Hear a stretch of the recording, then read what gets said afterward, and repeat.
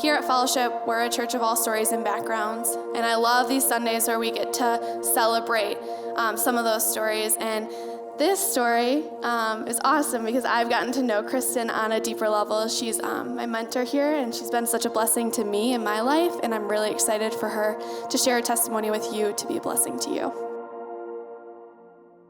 Good morning, church. When I was asked to do this, my first initial response was no, because if you know me at all, I'm not really comfortable standing on stage and talking, especially about myself. But God saved my life, and so how can I say no to him? This is really his story, not mine, and it's a story about redemption and grace. Just a little background. I grew up the youngest of three. My father worked blue collar. We grew up relatively poor. He was a drug addict, alcoholic for most of my life, and my mother was pretty much detached from the situation. They divorced when I was in 5th grade, and it was pretty hard on all of us. That led to a lot of decisions that were based on instant gratification throughout my life. Did this make me look cool? Are they going to like me? This makes me forget about everything that's going on. And I really started experimenting with drugs and alcohol at a very young age. I took my first drink when I was 12 years old.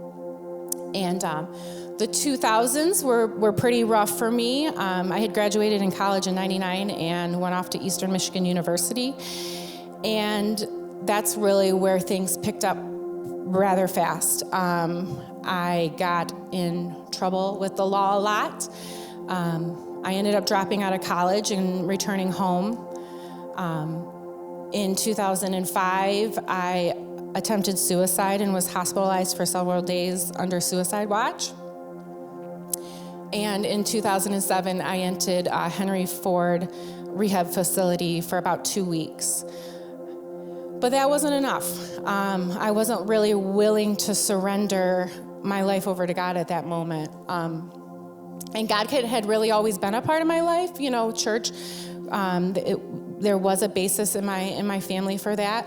But I was angry, and I didn't understand why all these things were happening to me. But in 2008, I went to a friend's birthday party, my best friend, in fact, and decided to drink excessively, even after they had asked me not to several times.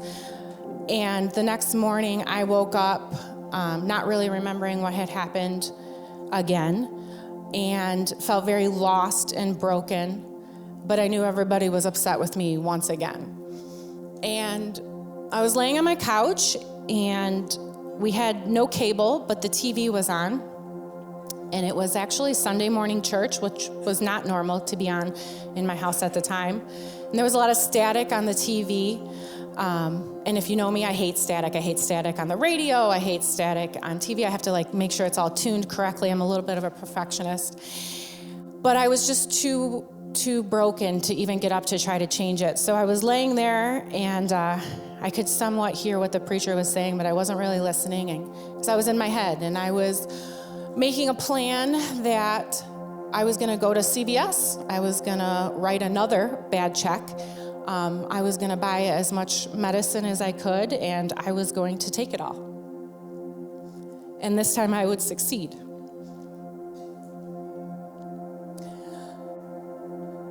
I was going to not hurt anyone anymore, and they would be better off without me. And in that moment, the TV stopped being static. The preacher that was on the TV looked directly into the cameras, which looked directly into the TV, which looked directly into my soul. And he said, "Get out of your depression, get out of your alcoholism, get out of your suicide, you're better than this." And I sat up, and I said, okay, I guess something's got to change.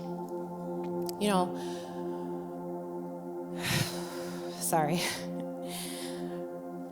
He's never really through with us, right? He has a purpose for each and every one of us. And even though I was lost and broken and confused, His love is greater than any shame or guilt that I felt in that moment. And he was speaking loud and clear to me that I needed to do things differently. And so I called a woman that I knew in a 12-step program, and I went to a meeting that night, and I still continue to do that today. And I've been sober since October 18th of 2008. And I'm truly grateful for that. Thank you. But I'm not going to say it was easy. It was really hard, and it was really scary, and I was terrified. But God kept giving me this verse, and I had to write it down because I knew I would never remember it with all the rest of my notes that I thought I was going to forget. It's Deuteronomy 31:6, and it says, "So be strong and courageous. Do not be afraid and do not panic before them, for the Lord your God will personally go ahead of you. He will neither fail you nor abandon you." I'm not alone. And it's so funny, the two songs that we sang right before I walked up here, this is God's story. He rescued me, right? And I didn't know what it was at the time, and I don't really know why still at the time, but I know that there's a purpose out there for me, and he has a plan. And I have to be willing to listen to that plan, even when it's scary.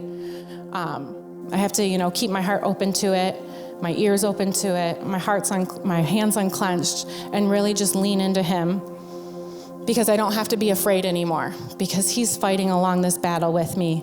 He's in the fire with me, and he can rescue each and every one of us at any moment in time. So thank you.